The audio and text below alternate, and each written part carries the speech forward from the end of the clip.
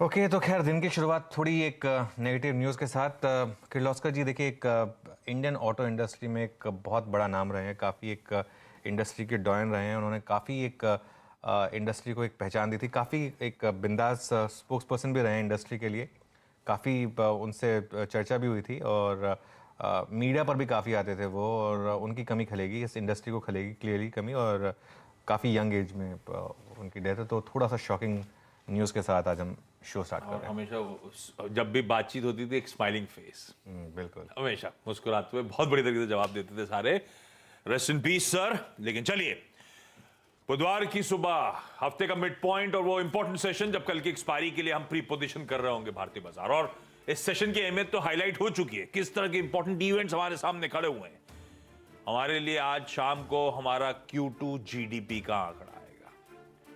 Important होगा क्योंकि बहुत वैरिड एस्टिमेट्स हैं स्ट्रीट के।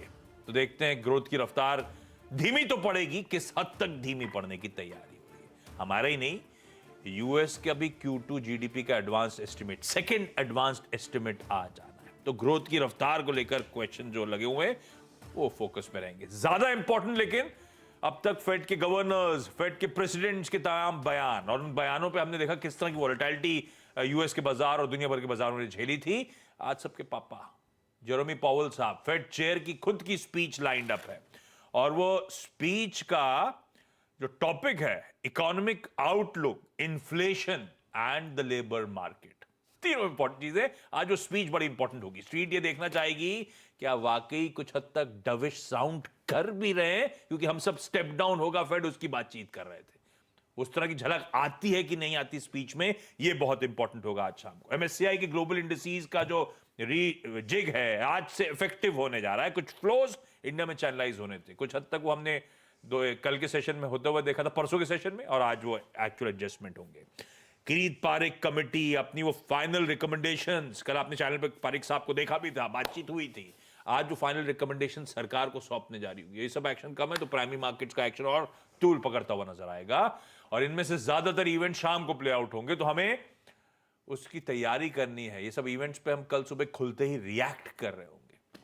लेकिन आज की क्यूज, SGX निफ्टी कह रहा है हम एकदम flat as it can be. महज 7-8 पॉइंट की हल्की कमजोरी, यानी कि कल के क्लोजिंग लेवल्स के आसपास एक फ्लैट शुरुआत करने की इंडिकेशंस भारतीय बाजारों के लिए आते हुए।